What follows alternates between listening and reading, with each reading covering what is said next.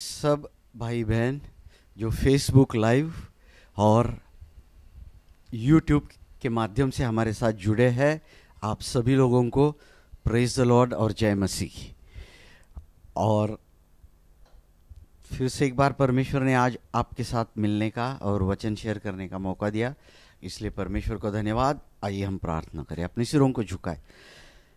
पिता परमेश्वर, सदा सर्वकाल के लिए तेरा वचन स्वर्ग में स्थिर हो चुका है। प्रभु जी, आज तेरा वचन हमारे मन में स्थिर हो जाए, ऐसी प्रार्थना मैं करता हूँ। और प्रभु, आगे का सारा समय मैं तेरे हाथ में सौंप देता हूँ, तू हमारी सहायता कर, ऐसी प्रार्थना मैं करता हूँ। यीशु के नाम से मांगता हूँ, आमीन। आइए हम एक वचन पढ़ेंगे। आज का विषय है 2 कोरिन्थियंस 5:17। पिछले कुछ दिनों से हम देख रहे हैं how to avoid hell, what is hell. वो तो हो गया, नरक क्या है, नरक से कैसे बचना, इन चीज़ों के बारे में मैं आपको बताता हूँ। आज मैं आपको एक श्योर शॉर्ट वे बताता हूँ, एक नक्की खास तरीका बताता हूँ जिससे आप कहीं नरक के आजू बाजू में भी नहीं जाएंगे। आमीन, हालेलुया। तो आइए हम इस वचन को पढ़ेंगे। करंथियों की दूसरी पत्री 5वां अध्याय और 17वां वचन। इसलिए यदि कोई मसीह में है तो वह नई सृष्टि है, पुरानी बातें बीत गई, देखो नई बातें आ गई है। आमीन। यदि कोई मसीह में है तो वो नई सृष्टि है, पुरानी बातें बीत गई, परमेश्वर के वचन में कहा गया है। आमीन।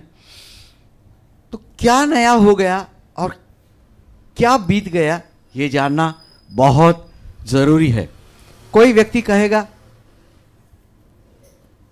कि क्या नया हुआ और क्या नहीं, इसमें कंफ्यूजन नहीं होना चाहिए। मैं थोड़ा आपको गोंधल नहीं होना चाहिए आपका, थोड़ा स्पष्ट करके बताता हूं। अगर समझो आपका नया जन्म होने से पहले आप 10 केजी ओवरवेट है, जाड़े है। आपका नया जन्म होने के बाद आप 10 केजी ओवरवेट रहेंगे और जाड़े ही रहेंगे। समझो नया जन्म होने से पहले थोड़ी सी बुद्धि कम थी, थोड़ी स्टूपिड थे, मैथमेटिक्स, अंकगणित, बीजगणित नहीं जम रहा था। नया जन्म होने के बाद भी आपको नहीं जमने वाला है। समझो नया जन्म होने से पहले आपके मन में जो विचार आते थे, चलो पान तंबाकू खाए, मावा गुटखा डाल दे जरा, नया जन्म होने के बाद भी वही विचार आपके पास आएंगे। तो उसका अर्थ यह है, आप सोचेंगे कि अरे मेरा शरीर बदली नहीं हो गया, मेरे मन के विचार बदली नहीं हो गए, पहले जो विचार आते थे अभी भी विचार आ रहे, पहले जैसा मैं था वैसे ही है। अगर पहले आपके बाल थोड़े सफेद होंगे, नया जन्म होने के बाद भी बाल सफेद है, तो क्या सब कुछ नया हो गया? सब कुछ का अर्थ क्या है? बड़ी महत्वपूर्ण बात है इसको समझना, नहीं तो आपका गड़बड़ और आप गोंधल और द्विधा मनस्थिति में हो जाएंगे। देखो, बातें सब कुछ नहीं हो गई, ये जानने के लिए थोड़ा सा गहराई में जाना पड़ेगा। बाइबल में कहा है 1 थेसलोनियों की पहली पत्री 5वां अध्याय 23वें वचन में ऐसा लिखा है, हम पढ़ेंगे नहीं, थोड़ा आगे जाएंगे फास्ट, कि एक व्यक्ति या एक मनुष्य के 3 भाग होते हैं। 1 थेसलोनियन 5:23, स्पिरिट, सोल, बॉडी, आत्मा, प्राण और शरीर, ये 3 भाग रहते हैं।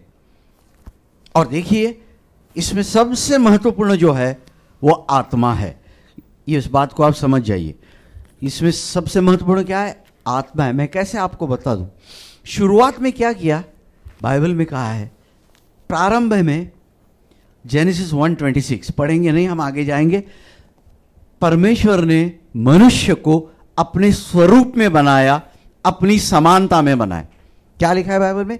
अपने स्वरूप में, अपनी समानता में या अपने प्रतिरूप का बनाया। यह भी बड़ी कंफ्यूजिंग बात है। परमेश्वर ने मनुष्य को अपने स्वरूप में बनाया, तो सवाल आता है परमेश्वर कैसा दिखता है? अभी इंग्लैंड, अमेरिका और यूरोप के लोग रहेंगे, वो क्या कहेंगे? परमेश्वर गोरा है, बाल कैसे? सुनहरे, ब्लॉन्ड हेयर से। अफ्रीका के लोग रहेंगे तो वो क्या कहेंगे? वो कैसे रहते? काले रहते। उनके बाल कैसे? कर्ली, घुंघरू रहते। वो क्या कहेंगे? परमेश्वर काला है, उसके बाल घुंघरू है।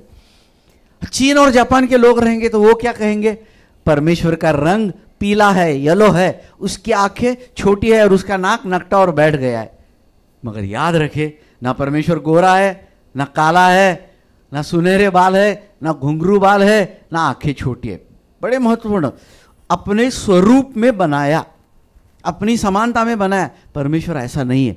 तो फिर कैसा है? फिर बाइबल में लिखा है, जॉन 4:24 हम पढ़ेंगे नहीं, आगे जाएंगे, बाद में आप पढ़ लेना, समय कम है और बहुत कवर करना है मुझे। जॉन 4:24 में लिखा है, गॉड इज स्पिरिट। परमेश्वर क्या है? परमेश्वर आत्मा है। उसका अर्थ हम कौन है? हम आत्मा है। ना गोरे है, ना काला है, ना परमेश्वर, ना घुंघरू बाल है, ना ब्लॉन्ड हेयर्स है। परमेश्वर कौन है? आत्मा है और अपने स्वरूप में बनाया। उसका अर्थ क्या है? परमेश्वर आत्मा है तो हम आत्मा है। थोड़ा सा स्पष्ट कर दूं, जब परमेश्वर ने मनुष्य को बनाया तो बाइबल में कहा है, बनाने के बाद, मतलब आदम को बनाने के बाद, परमेश्वर ने उसके नाक में, नथनी में ब्रेथ ऑफ लाइफ, जीवन की सांस फूंक दी उसने। और ये जो जीवन की सांस, जो शब्द हिब्रू में है, वो शब्द नीति वचन में और अय्यूब की किताब में इसको न्यूमा कहा गया है। उसका अर्थ आत्मा, उसका अर्थ जीवन की सांस जो है वो आत्मा, बल्कि ट्रांसलेट किया गया, अनुवाद किया गया है। तो परमेश्वर ने मनुष्य के अंदर आत्मा डाला। बिना आत्मा क्या है? कुछ भी नहीं है। जेम्स 2:26 में कहा है, body without spirit is dead. हमारा शरीर आत्मा के बिना क्या है? मरा हुआ है। इसीलिए सबसे महत्वपूर्ण बात कौन सी है?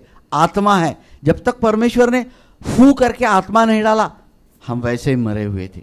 तो सबसे महत्वपूर्ण बात है आत्मा है। फिर ये शरीर क्या है? प्राण क्या है? जो 3 भाग है, ये शरीर और प्राण जो है, जैसे पतरस कहता है, एक बिल्डिंग है, एक इमारत है हमारे आत्मा के रहने के लिए।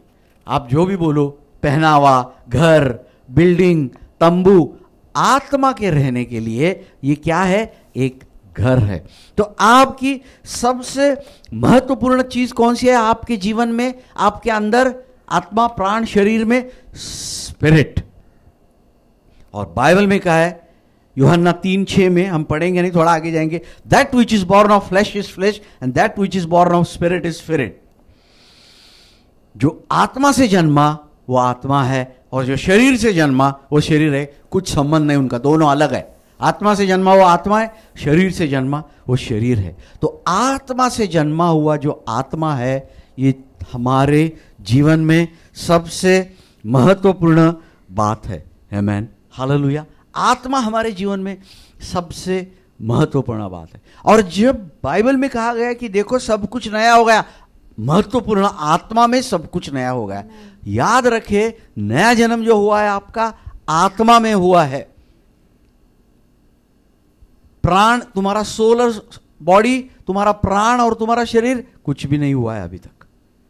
आत्मा में नया जन्म हो गया, मतलब 3 भागों में से एक ही भाग में नया जन्म हुआ है। 1/3 उद्धार आपका 1/3 हुआ है, पूरा नहीं हुआ है। समझ रहे इस बात को? कैसे? अभी सवाल है, हुआ तो नक्की क्या हो गया? ये क्या है? This is a spiritual experience. क्या है ये? एक आत्मिक अनुभव है। हमारा आत्मा जो पहले डेड था, मरा हुआ था, अभी अलाइव हो गया, जिंदा हो गया। आमेन, हालेलुया। जो मरा हुआ था जिंदा हो गया। जो परमेश्वर से दूर था, अभी परमेश्वर के साथ फेलोशिप और संगति कर रहा है। हम कहां पर थे? हम नरक के रास्ते पर जा रहे थे, अंधकार में थे। अभी क्या हो गया बदलाव? अभी हम स्वर्ग के रास्ते में है और प्रकाश में है और परमेश्वर के संतान बन गए। उधर हम कौन थे? जब पुराने थे तब हम शैतान के संतान थे। आप समझ गए? ये बहुत बड़ा काम है। और परमेश्वर ने जो आपकी आत्मा का नया जन्म किया है, फॉर एवर, इटर्निटी के लिए। ये मालूम है आपको? अगर आपको ऐसा लगता है कि आप स्वर्ग में जाने के बाद आपका आत्मा और अच्छा हो जाएगा, बिल्कुल नहीं। परमेश्वर ने एक ही बार काम कर दिया है। स्वर्ग में जाने के बाद आपके आत्मा में और दुरुस्ती और यीशु अच्छा करेगा, थोड़ी सफाई करेगा, नो नो नो नो। आपका आत्मा उतना ही अच्छा, उतना ही स्पष्ट, उतना ही साफ है जितना प्रभु यीशु का है। Your born again spirit is identical and similar to the spirit of Jesus Christ. Hallelujah. इस बात को समझ जाओ, बड़ी महत्वपूर्ण बात है, नहीं तो बहुत गड़बड़ और निराशा और डिप्रेशन आएंगे। आप बोलेगे सब कुछ नया हो है, शरीर ऐसा है, बाल ऐसे ही, जाड़ा ऐसे ही है, मूर्खता ऐसे ही, कुछ गड़बड़ नहीं, क्या है ये सब, ऐसे आप बोलेंगे। मगर याद रखें, आत्मा में आपका नया जन्म हो गया है। और बाइबल में कहा गया है कि ये जो आत्मा से जन्मा हुआ आत्मा है, आप परमेश्वर की आत्मा और वचन के द्वारा आपका आत्मा बदली हो गया, नया जन्म हो गया। अभी हम दूसरे भाग पे आ जाते हैं। अभी पहला भाग कौन सा था? आत्मा, दूसरा सोल यानी कि प्राण, और तीसरा शरीर। हम सोल के मतलब प्राण के ऊपर आ जाते हैं। मैं 2-3 वचन पढ़ना चाहूंगा इस समय। पहला वचन मैं पढ़ूंगा याकूब की पत्री, पहला अध्याय 21वां वचन, और पतरस की दूसरी पत्री, पहला अध्याय और 9वां वचन। हाँ, दूसरी पतरस 1:9। क्योंकि जिसमें ये गुण नहीं वह अंधा है, अदूरदर्शी है, वह अपने पहले के पापों से धुलकर शुद्ध होने को भूल बैठा है। ये नहीं है वो वचन, 1:9 ना, सेकंड पीटर। कौन सा है? 2 पतरस है। हाँ। 1 पतरस देखो।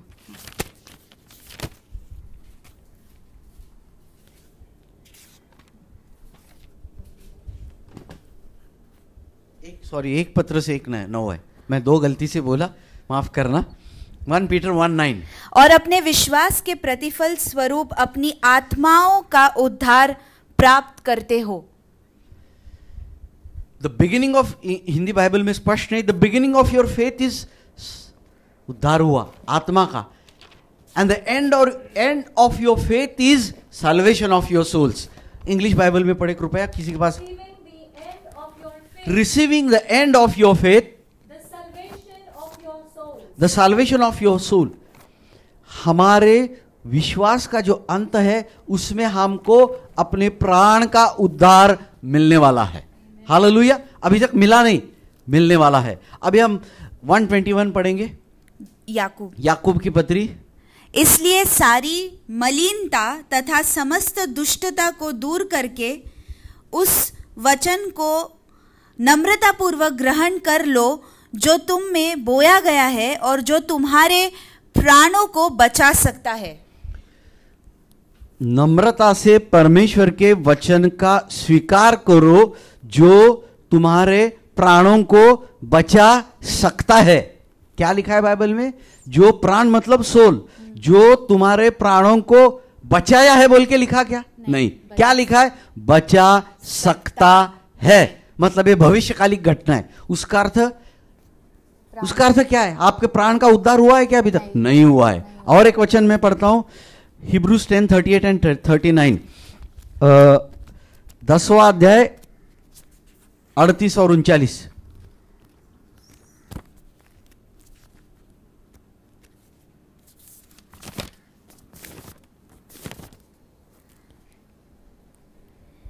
मेरा धर्मी जन विश्वास से जीवित रहेगा, परंतु यदि वह पीछे हटे तो मेरे मन को प्रसन्नता नहीं होगी। हम उनमें से नहीं जो नाश होने के लिए पीछे हटते हैं, पर उनमें से है जो प्राणों की रक्षा के लिए विश्वास रखते हैं।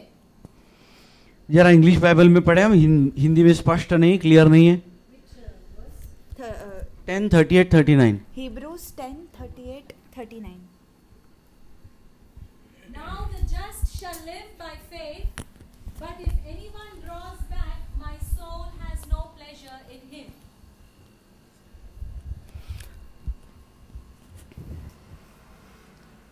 38-39। But we are not of those who draw back to perdition, but of those who believe to the saving of the soul. Who believe to the saving of soul। हम विश्वास करते हैं कि हमारे प्राण का उद्धार हो जाएगा। Amen, hallelujah. आप इस बात को समझ रहे? We are not those who will go into perdition. हम नाश की तरफ नहीं जाने वाले, बल्कि हम विश्वास करते हैं कि हमारे प्राण का उद्धार हो जाएगा। इन 3 वचनों से हमने क्या सीखा? इन 3 वचनों से हमने ये सीखा, हमारे प्राण का यानी कि हमारे सोल का उद्धार नहीं हुआ है। आमेन। आपको ये बात माननी पड़ेगी, क्योंकि वचन में लिखा है कि अभी तक नहीं हुआ है। तो फिर ये क्या है? सिर्फ आत्मा का उद्धार हुआ है, सोल का नहीं हुआ और ना ही शरीर का हुआ है। तो ये सोल का उद्धार है, क्या है? थोड़ा समय लगेगा, मुझे थोड़ा समय लूंगा, मैं आज ये पूरा कर दूंगा। देखो, आपका नया जन्म हो गया, फिर आप है यहां पर, मन में क्या विचार आते हैं? कभी कभी शनिवार है, सैटरडे नाइट फीवर, क्यों ना आज थोड़ी सी हो जाए। आप समझ रहे इस बात को? नहीं तो नया जन्म होने से पहले आप क्या करते थे? अरे ये ईएमआई देना है, कौन सा ईएमआई? गाड़ी का ईएमआई देना है, घर का ईएमआई देना है, फ्रिज का ईएमआई देना है, इलेक्ट्रिसिटी का बिल है, पानी का बिल है। आप टेंशन में आते थे। नया जन्म होने के बाद टेंशन में आओगे। नया जन्म होने से पहले जो विचार आपके मन में आते थे, नया जन्म होने के बाद वही विचार आपके मन में आएंगे। ये विचार आपके बदले नहीं होंगे। यही मेन बात है कि आपको क्या करना है कि आपके मन के, मैं आपको दो तरीके बताता हूं कौन से विचार। अभी मैंने एक उदाहरण दिया, एक उदाहरण देता हूं मैं आपको। रोमियो की पत्री 8वां अध्याय 6 और 7 वचनों में लिखा है कि शरीर पर मन लगाना यह मृत्यु है और आत्मा पर मन लगाना जीवन और शांति है। आमेन, हालेलुया। शरीर पर मन लगाना क्या है? मृत्यु। और आत्मा पर मन लगाना क्या है? जीवन और शांति है। अभी कैसे ये दो तरीके से विचार, हमारे मन में दो किस्म के विचार आ सकते हैं, जैसा बाइबल में लिखा है, आत्मा के विचार और शरीर के विचार। तो मैं आपको समझा दूं। समझो आपका पगार हो गया, आजकल तो लॉकडाउन में वो भी नहीं हो रहा है, कोई बात नहीं, हाँ। समझो आपका पगार हो गया और यहां पर पूरे बिल्स पाइल अप है, इलेक्ट्रिसिटी बिल, पानी का बिल, रेंट और अन्य जो बिल्स है आपको इधर उधर पे करने हैं। और यहां पर है आपको क्या देना है? टाइथ और ऑफरिंग। सुनो मेरी बात, यहां पर पूरे बिल्स है और यहां पर टाइथ और ऑफरिंग है और आपके पास बीच में पैसे है।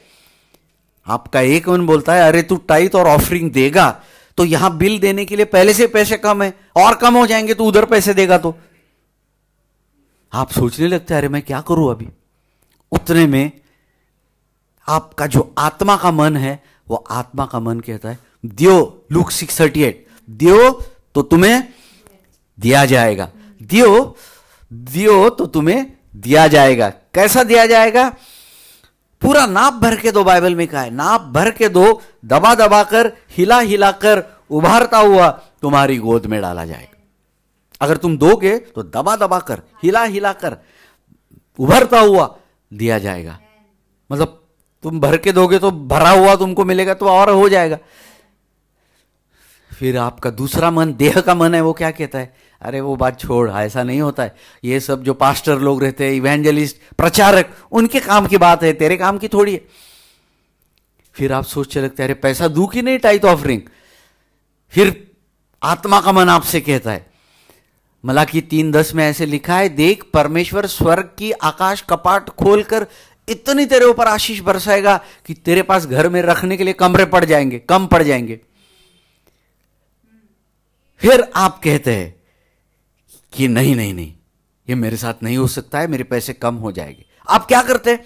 फिर आप इन चीजों को, परमेश्वर के वचनों को दूर हटाते, किधर से जाके उधार लाते, beg borrow steal whatever you do, किधर से भी पैसे मिल जाएंगे वो लाके आप दोनों एंड्स मीट करने की कोशिश करते। देखा क्या हो गया?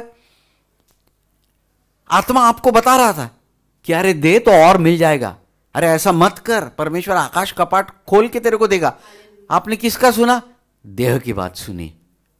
फिर एक और उदाहरण देता हूं। समझो एक आदमी के साथ आपका बहुत झगड़ा हो गया, उसने अन्याय करके आपको बोला, समझो आप तो अच्छे हैं, हाँ, आपके मन में बहुत गुस्सा भर के आया। इतने में अंदर से आवाज आएगी, अरे शांत रहे, कुछ मत बोल, उनको जाने दे, छोड़ दे। परमेश्वर का वचन कहता है शत्रुओं को भी माफ कर दे, कुछ मत बोल, उसने गलती की है तो भी। आप चुप रहते। फिर वो आदमी और थोड़ा बकबक करता है, फिर आप बोलते now I will give piece of my mind, अभी मैं दिखाता हूं मुझे कैसा लग रहा है, उसको देता हूं अभी। उतने में अंदर से आवाज आती है, आप समझ रहे ना कौन सी आत्मा की और कौन सी देह की है? अरे वो क्या कर रहे हैं, वो समझ नहीं रहे, उनको माफ कर दे। ये किसकी आवाज होगी? ये नक्की देह की नहीं है, ये आत्मा की है। आप इतना तो समझ जाओ कम से कम। और फिर आप बोलते जाने दे, फिर वो आदमी थोड़ा बकबक करता है, आप छोड़ के उसको लेफ्ट एंड राइट देते। किसकी बात सुनी आपने? देह की। ये बात है, दो थिंकिंग लाइंस है, एक आत्मा की तरफ से और एक देह की तरफ से। तो उसका अर्थ क्या है?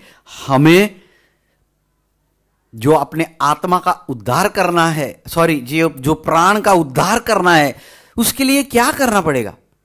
एक महत्वपूर्ण बात है, रोमियो की पत्री 12वां अध्याय और दूसरे वचन में प्रेषित पौलुस लिखता है। किसको लिखता है और क्या लिखता है यह हम देखेंगे। Be transformed by the renewing of your mind. इस संसार के अनुरूप न बनो, संसार के अनुरूप न बनो, परंतु अपने मन को के नए हो जाने से, अपने मन के नए हो जाने से तुम परिवर्तित हो जाओ। तुम परिवर्तित हो जाओ, बस इतना काफी है। अपने मन के नए हो जाने से, मन का अर्थ प्राण, दोनों एक है। मैंने आपको बताया नहीं कि ये जो आपका सोल है ना, सोल का अर्थ प्राण, उसके बेसिकली 3 और 3 या 4 आप कह सकते थे, mind, emotion, will and conscience. Mind का अर्थ मन, इमोशन का अर्थ भावना, विल का अर्थ आपकी इच्छा, चौथा एक ऐड कर दो सद्विवेक बुद्धि। ये सब आपके सोल यानी प्राण के भाग है। तो प्राण को मन भी बोल दिया तो भी चलेगा। मन का नवीनीकरण हो जाना चाहिए। ये प्रेषित पौलुस किसको बोल रहा है? रोमियो की पत्री। कौन थे ये लोग? इनका नया जन्म हो गया था। बीए बोले तो बॉर्न अगेन, सब बीए थे वो। आप समझ गए ना? आप चिंता मत करना, आप अनपढ़ हो तो भी, वो बीए थे, वो बॉर्न अगेन। फिर स्पिरिट फील्ड थे, आत्मा से भरे हुए। फिर बैप्टिज्म लिए हुए थे और अन्य भाषा में बोलने वाले लोग थे। मतलब जिसका नया जन्म हो गया है, जिसने बपतिस्मा लिया है, जो अन्य भाषा में बोलता है, जो पवित्र आत्मा से भर गया है, उनको प्रेषित पौलुस कह रहा है कि तुम्हारे मन का नवीनीकरण हो जाना चाहिए। हालेलुया। कुछ समझ रहे हैं आप? उसका अर्थ यह है कि हमें अपने मन का नवीनीकरण करना है। नवीनीकरण करो, नहीं तो प्रेषित पौलुस बोलता है परमेश्वर कर देगा, तुम सो के रहो, या तुम वचन मत पढ़ो या वचन मत सुनो तो भी मैं करूंगा। ऐसा लिखा है क्या? नहीं, करो। इसका अर्थ प्राण का उद्धार होना ये किसके हाथ में है? By grace you have been saved through faith. अनुग्रह और कृपा के द्वारा विश्वास से तुम्हारा उद्धार हुआ है, सिर्फ आत्मा का, प्राण का नहीं, शरीर का नहीं। ये बात समझ जाओ आप। जब बपतिस्मा हम लेते हैं तो बहुत रेयरली, शायद ही कोई मन का नवीनीकरण क्या है बोलता है। बपतिस्मा लिया, चलो जाओ, अभी संडे चर्च को आना, हाउस ग्रुप में जाना, शुक्रवार को उपास करना, 3 बातें हैं। मगर मन का नवीनीकरण करना ये बेसिक और फंडामेंटल बात है। तो देखिए, मन का नवीनीकरण जो मैंने आपको बताया, ये हम कैसा कर सकते? मन का नवीनीकरण कर, transform, be transform by the renewing of your mind. अभी हमने पढ़ा, तुम्हारे मन का नवीनीकरण होने से तुम में परिवर्तन आ जाए। ट्रांसफॉर्म, ये ट्रांसफॉर्म शब्द जो है उसको हिब्रू में क्या कहते हैं मालूम है क्या? ग्रीक और हिब्रू में जो भी भाषा है, मेटामॉर्फो। आपने कभी किसी से मालूम है, एक कीड़ा रहता है, एक कीड़ा क्या होता है, कीड़े की स्टेज से ककून की स्टेज में जाता है वो, और ककून की स्टेज से बटरफ्लाई की स्टेज में जाता है। पहले कैसा था? कीड़ा, कीड़ा के बाद क्या हो गया? ककून, और उसके बाद क्या हो गया? बटरफ्लाई, तितली। ये क्या हो गया? ट्रांसफॉर्मेशन। एक कीड़ा दिखने में कैसा रहता है? बड़ा गंदा रहता है, कोई उसके नजदीक भी हाथ भी नहीं लगाना चाहता। और तितली बोले तो लोग तो पीछे भागते हैं तितली के, सही है ना? ये क्या हो गया? ट्रांसफॉर्मेशन। बिल्कुल यही शब्द मेटामॉर्फो का यही अर्थ है कि हमारे मन जो उसको परमेश्वर के वचन के द्वारा परिवर्तित करते कैसा हो जाना चाहिए? तितली जैसा। पर किधर भी उड़ने का नहीं है तितली बोले तो, समझ गए ना? स्थिर रहना है हमें, एक और उदाहरण मैं देता हूं ताकि इस उदाहरण के द्वारा तो आप नक्की समझ जाएंगे मैं क्या बोल रहा हूं। छोटे बच्चे तो घर आपके घर में होंगे और ये शायद आपने सुना भी होगा पहले उदाहरण, डायपर।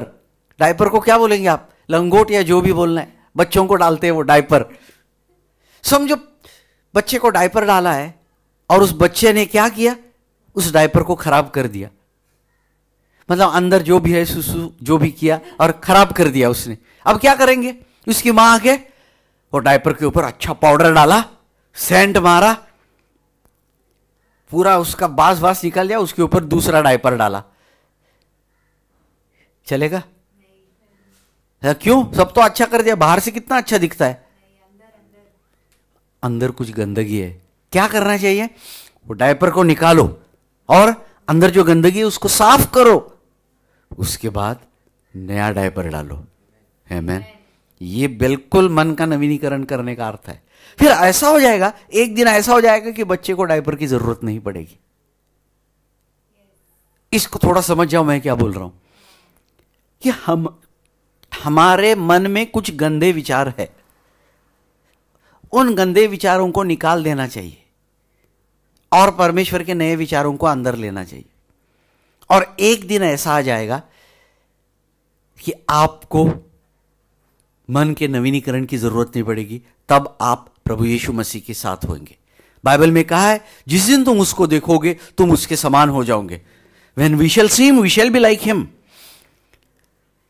जब उसके समान हो जाओगे तो मन की नवीनीकरण करने की जरूरत शायद आपको नहीं पड़ेगी। हालेलुया। तो देखिए मन का नवीनीकरण कैसे किया जाता है। मन का नवीनीकरण का अर्थ क्या है? To bring your mind in line with the word of God and in line with the spirit of God. आपका मन परमेश्वर के वचन और परमेश्वर की आत्मा के अनुसार चले और उसकी आज्ञाओं का पालन करे। इसको बोलते हैं ट्रांसफॉर्मेशन और रिन्यूइंग।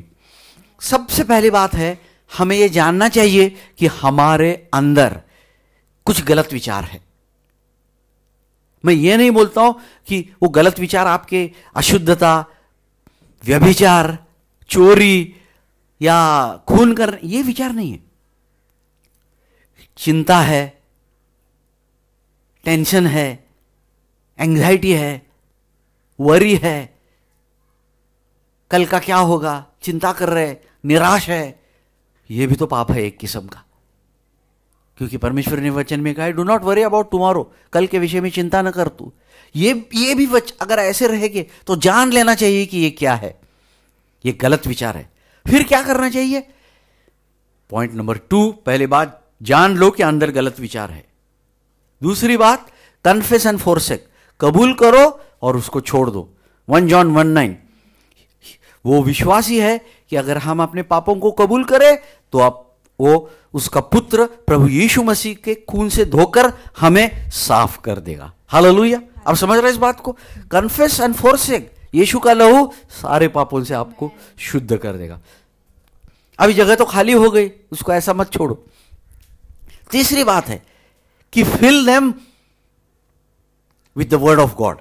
जो खाली जगह हो गई मन में, पुराने विचार निकाल दिए, नए विचार परमेश्वर के वचन के अनुसार होना चाहिए। फिलिपियों की पत्री 4 अध्याय 8वें वचन में हम पढ़ेंगे अभी कि क्या करना चाहिए। इसके बीच में एक स्टेप है। पुराने विचार निकल गए, अभी नए विचार फिलिपियों की 4 के अनुसार सामने खड़े हैं। इधर आपको एक डिसीजन लेना है, एक निर्णय लेना है। पुराने विचार गेट आउट, नए विचार कम इन, अंदर आ जाओ। ये डिसीजन आपका है, ये मन में आपको करना पड़ेगा, ये परमेश्वर नहीं करेगा आपके लिए। फिलिपियों की पत्री 4 अध्याय और 8वें वचन में जो लिखा है वचन हम पढ़ेंगे। अतः हे भाइयों, जो बातें सत्य है, जो बातें सत्य है, जो बातें आदरणीय है, जो बातें आदरणीय है, जो बातें न्याय संगत है, न्याय संगत है, जो बातें पवित्र है, जो बातें पवित्र है, जो बातें मनोहर है, जो बातें मनोहर है, जो बातें मन भावनी है, मन भावनी बातें, अर्थात जो उत्तम तथा प्रशंसनीय गुण है, उत्तम और प्रशंसनीय गुण है, उन्हीं का ध्यान किया करो। उन्हीं का ध्यान किया करो। ध्यान किधर करते हैं? मन में। मेडिटेशन, मनन, चिंतन जो भी है, क्या करना चाहिए? ये एक ही तरीका है कि क्या करना चाहिए, निर्णय लेना चाहिए कि जो परमेश्वर के वचन है, जो अच्छी बातें हैं, जो भली बातें हैं, इवन वचन की नहीं कि कोई जो अच्छी भली बातें हैं। अभी एक लॉकडाउन में लोग भूत दया दिखा रहे, भूत दया शब्द नहीं वापरूंगा मैं, आप गलत समझेंगे। लोगों के ऊपर दया दिखा रहे, प्राणी मात्रा के ऊपर दया दिखा रहे। कोई कुत्तों को खाना खिला रहा है, पानी पिला रहे, कोई भूखे जो अन्य राष्ट्रों के, अन्य देश, अन्य राज्यों के मजदूर है उनको खाना खिला रहे। अच्छी बात है, इट्स अ गुड थिंग। शत्रु के ऊपर भी प्रेम करना चाहिए, अच्छी बात है। आप सोच सकते, चाहे बाइबल की चाहे बाहर की, अच्छे विचारों के विषय में आपका मन भर देना चाहिए। फिर क्या करना चाहिए? फिक्स योर माइंड, आपका मन परमेश्वर के वचन के ऊपर लगा रहे। चौथी बात, क्योंकि बाइबल में कहा है मैथ्यू 5:48 में, be a perfect as your heavenly father is perfect. तुम अपने स्वर्गीय पिता के समान सिद्ध बन जाओ, परिपूर्ण बन जाओ। ये चीजें करोगे, परमेश्वर के वचन के ऊपर ध्यान, अच्छी बातों का मेडिटेशन, गलत बातें निकाल दी और एक निर्णय लिया है, आपके मन का नवीनीकरण हो जाए। अगर आपने मन का नवीनीकरण नहीं किया तो क्या हो जाओगे? पानी जो बहता है, देखा है ना अपना, नदी बहती है, नदी बहना बंद हो जाएगी तो क्या हो जाएगा? पौंड बोलते हैं ना, पौंड, डबका तैयार हो जाएगा। क्या हो जाएगी? उसमें गंदगी हो जाएगी। अंदर मन का नवीनीकरण नहीं किया, गंदगी हो जाएगी। आप आत्मिक रीति से बढ़ेंगे नहीं, आप परमेश्वर के साथ चल नहीं पाएंगे और आप अंदर के अंदर ठंडे हो जाएंगे। मन का नवीनीकरण जो है अत्यंत आवश्यक है। Point number 1। पॉइंट नंबर 2, मन का नवीनीकरण नहीं किया तो क्या हो जाएगा? यीशु इस धरती पर क्यों आया था मालूम है आपको? यीशु ने कहा था, स्वर्ग से मैं इस धरती पर इसलिए आया हूं कि मैं मेरे स्वर्गीय पिता की इच्छा पूर्ण करूं। यीशु ने कई बार यह भी बोला कि मेरा भोजन यही है कि भेजने वाले की इच्छा पूर्ण करो। तो आपके जीवन में सबसे प्रथम स्थान क्या है? परमेश्वर की इच्छा अपने जीवन के लिए पूर्ण करना। और जब तक आप मन का नवीनीकरण नहीं करोगे, आपको उसकी गुड, एक्सेप्टेबल, परफेक्ट, भली, भावती और सिद्ध इच्छा, वचन हम पढ़ेंगे, नहीं समझेंगे। नवीनीकरण नहीं हो गया, परमेश्वर की इच्छा कौन सी गुड विल है, कौन सी एक्सेप्टेबल, कौन सी परफेक्ट है, समझेंगे नहीं तो करेंगे कैसे? उस वचन को हम पढ़ेंगे। इस संसार के अनुरूप न बनो, परंतु अपने मन के नए हो जाने से तुम परिवर्तित हो जाओ। मन के नए हो जाने से परिवर्तित हो जाओ कि परमेश्वर की भली, की का अर्थ बल्कि, हाँ, कि परमेश्वर की भली, कि परमेश्वर की भली, ग्रहण योग्य और सिद्ध इच्छा को तुम अनुभव से मालूम करते रहो। मन का नवीनीकरण नहीं हुआ तो परमेश्वर की भली, भावती या ग्रहण योग्य और सिद्ध, 3 इच्छाएं, गुड, एक्सेप्टेबल, परफेक्ट, भली, ग्रहण योग्य या भावती या सिद्ध, समझेंगे नहीं तो करेंगे नहीं तो मेन आपका पहला कॉलिंग है कि परमेश्वर की इच्छा पूर्ण करना। मन का नवीनीकरण नहीं होगा तो कैसे कर सकते? इसका अर्थ हमारा उद्धार मन में नहीं हुआ है। Your soul is not saved. Please understand this, कि हमारे मन में जो है वो अभी तक नहीं परमेश्वर का काम हुआ है। परमेश्वर के वचन के द्वारा ये काम हो सकता है। अभी मैं तीसरे पॉइंट पे जाता हूं। मेरे ख्याल से मैंने अभी पहले मैंने आत्मा का उद्धार बताया, प्राण का उद्धार नहीं होगा। अभी तीसरा उद्धार है शरीर। एक उदाहरण मैं आप बोलता हूं। मॉल तो जाते हैं कि नहीं आप खरीदी करने के लिए? समझो आप बिग बाजार गए, बिग बाजार में आपने क्या किया? 10 केजी शुगर खरीद लिया और आपको 10 केजी शुगर देते समय वो आदमी ने आपको एक कूपन दिया। आपने वो कूपन देखा, अरे ये चाय की पत्ती है ना, चाय का पाउडर है ना, उसका कूपन था। और उसने कहा कि कौन सा भी जो भी चाय है, गिरनार टी है, समझो ये गिरनार चाय का कूपन है, गिरनार की दुकान में जाओ, ये कूपन दे दो, आपको एक डब्बा चाय का पत्ती, चाय का पाउडर फ्री मिल जाएगा। आप घर में आए, आपके पास कूपन है। अब इस बात को बराबर समझ जाओ। आप घर में आ गए 10 किलो शुगर लेके और साथ में कूपन लेके आए। वो कूपन क्या है? उससे आपको एक डब्बा गिरनार चाय का पाउडर मिलने वाला है। पर आप दुकान फ्री में मिलने वाला है, खरीद लिया आपने उसको, उसके साथ भी उसकी कीमत दे दी और लेके आए, पर अभी तक चाय का पाउडर का डब्बा लाया क्या आपने चाय का? नहीं।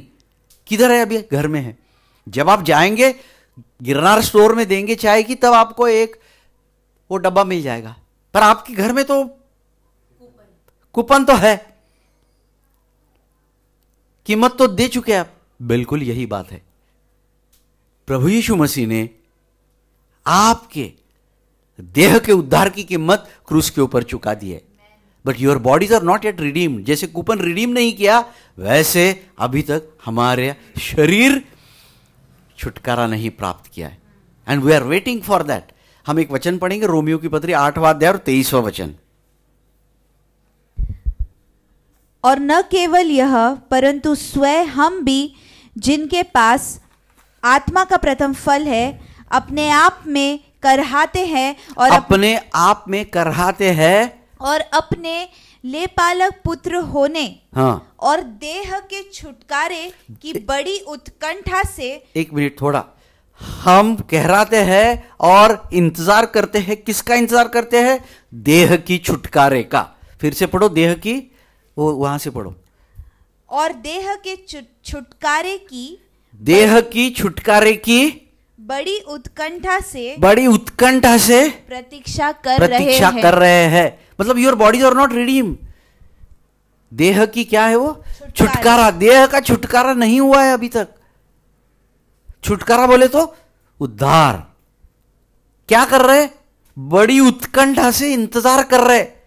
आप उस चीज का इंतजार करोगे जो आपके पास नहीं है, या जेब में होते हुए इंतजार करते नहीं।